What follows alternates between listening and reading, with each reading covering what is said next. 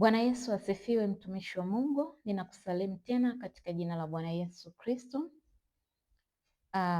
Tunaendelea na mwendelezo wa masomo yetu kwa ajili ya kujenga ufalme wa Mungu, lakini kabla hatujaendelea na chochote, tuombe.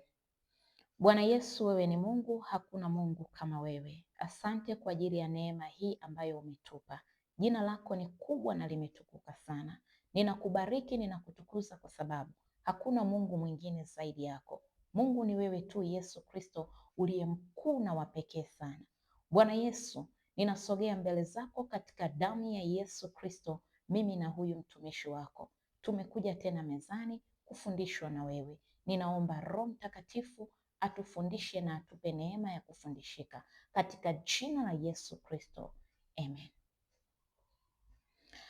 Tunaendelea na somo ambalo linasema toba ya kulirejesha kanisa katika nafasi yake ndani ya miji.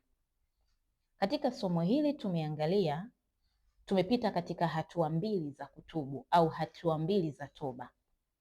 Toba ya kwanza ilikuwa ni kutubu kwa ajili ya kanisa kuto kukaa kwenye nafasi yake kama makuhani wa zamu.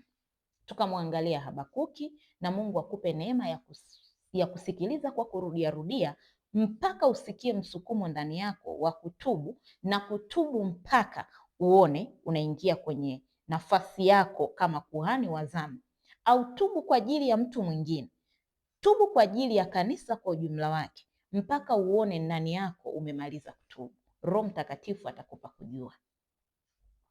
Lakini toba ya pili tuliona tunatakiwa kutubu kwa ajili ya kanisa kuto kuamini, wakati Roho Mtakatifu anatoa maelekezo ya kufanya uamsho katika miji kwa ujumla wake. Toba zote mbili, ya kwanza na ya pili, na toba nyingine ambazo Roho Mtakatifu atatupa kuendelea kuzisikiliza katika vipindi vitakavyokuja, zote zinalenga kufanya uamsho wa kitu cha Mungu ambacho kimelala au kimekufa katika miji yetu. Kwa hiyo kazi ya Mungu haiendelei na utukufu wa Mungu hauonekani. Kusudio mojawapo kubwa la Yesu Kristo kulinunua kanisa pale msalabani, sawasawa na Ufunuo 5 mstari wa 9 na wa 10, ilikuwa ni kumjengea ufalme. Ndivyo inavyosema, wastahili wewe kukitoa kitabu na kuzifungua mihuri zake, kwa maana ulichinjwa ukamnunulia Mungu watu kutoka katika kila kabila, kila lugha, kila jamaa na taifa, ukawafanya kuwa ufalme na makuhani, ukawafanya kuwa ufalme na makuhani. Kwa hiyo kuna kitu kinafanyika msalabani mtu anapotubu na kumgeukia Mungu. Kitu kimojawapo ni kwamba anatengenezwa kuwa na uwezo wa kumjengea Mungu ufalme, lakini huwezi ukajenga ufalme nje ya misingi ya kikuhani, na makuhani hawana kazi kama hawana ufalme wa kujenga. Hivyo tu, na hii kazi haijaanza kwenye Ufunuo sura ya 5. Hapana, kazi imeanza kwenye kitabu cha Mwanzo sura ya 2 aliposema na tumuumbe mtu kwa mfano wetu.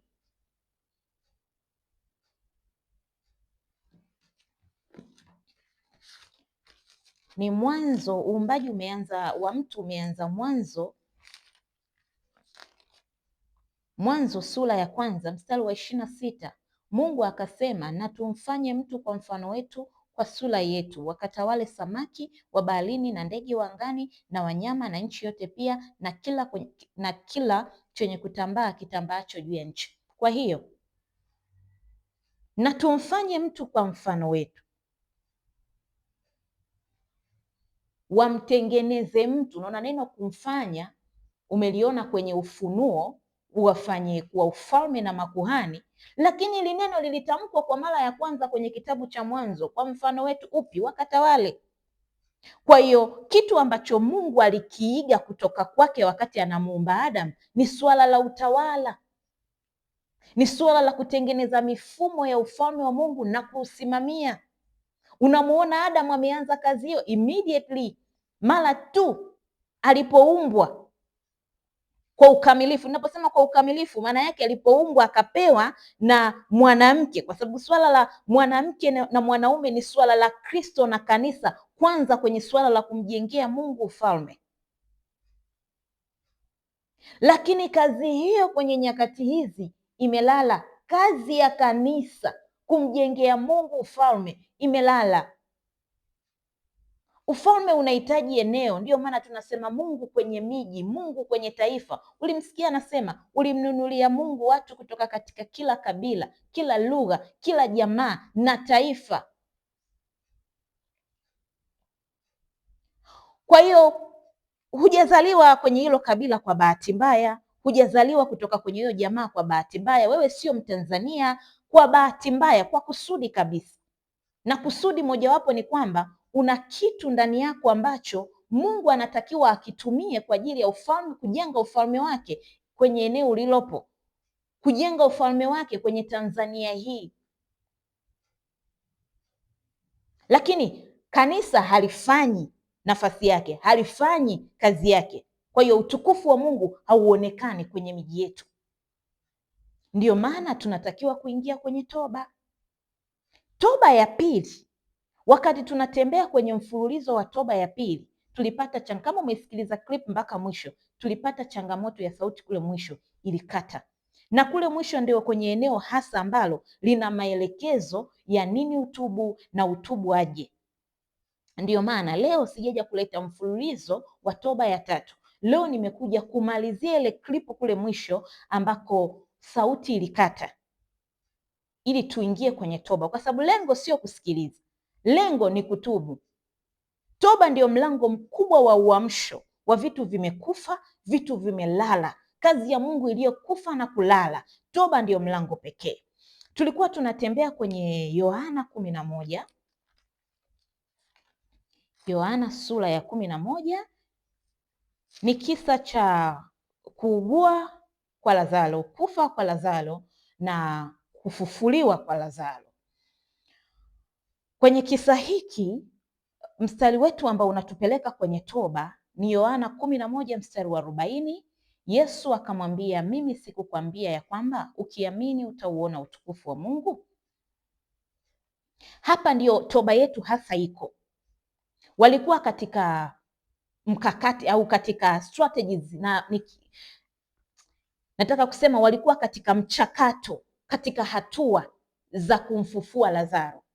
Ilikuwa ni ushirika kati ya Yesu na ndugu zake Lazaro, Martha na Mariamu, lakini wakati huu ilikuwa ni Yesu anaongea na Martha. Kwa hiyo Yesu alikuwa anatoa maelekezo Martha ayafanye ili hatimaye Lazaro aamke.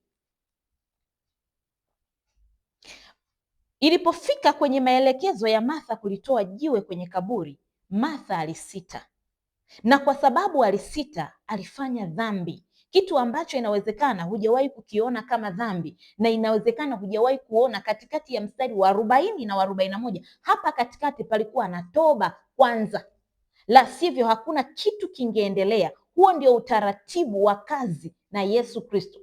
Unataka kufanya kazi na Yesu, unataka kufanya kazi na Roho Mtakatifu, huwezi kukwepa kitu cha toba, huwezi kukikwepa, hasa inapofika kwenye maeneo ya kuto kufanya kazi sawasawa na maelekezo anayokupa.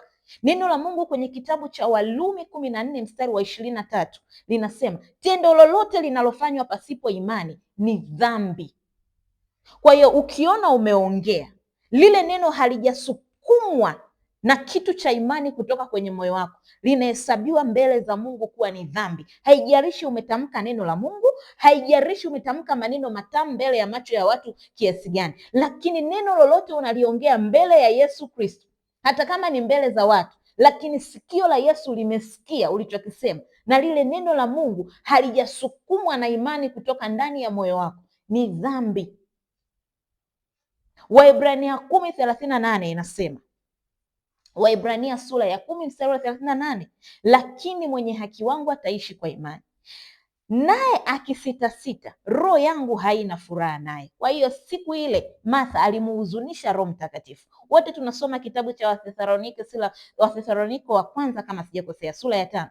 Msimuhuzunishe Roho Mtakatifu. Kwa hiyo alimuhuzunisha siku ile, na kama alimuhuzunisha, hakuna njia nyingine, hakuna other alternative, ni toba ilihitajika. Alijibu nje ya imani, alisita. Kwa hiyo alimkosea Mungu hapa, alifanya dhambi. Kulikuwa kuna mawili yanatokea hapa: au kazi ya Mungu ndo inaishia pale, yaani kazi ya kumfufua Lazaro ndo inakwamia pale, au neema ya Mungu ingie kazini na toba ifanyike. Ile kwamba tunaona mstari wa 41 wametoa jiwe, Martha ametoa jiwe na Lazaro amefufuka, inamaanisha neema ya Mungu iliingia kazini. Ndicho kitu ninachokitafuta hapa. Kanisa tunatakiwa kufanya ushirika na Roho Mtakatifu. Amekuja kufanya kazi yake mwenyewe, amekuja kufanya uamsho wa kazi ya Mungu iliyolala na iliyokufa kwenye maeneo tuliyopo. Kazi ya Mungu imelala, imekufa kwenye maeneo tuliyopo, lakini amekuja kwa mtu mmoja mmoja na nafasi yake katika Kristo. Kuna maelekezo anatoa, lakini we are not listening. Ya maelekezo yamekuwa ni magumu kuliko uwezo wetu wa kuelewa, uwezo wetu wa kupokea. Alternative hatuna. Njia moja tulionayo ni toba. Ingia kwenye toba, mwambie Mungu akurehemu kuto kuamini kwako.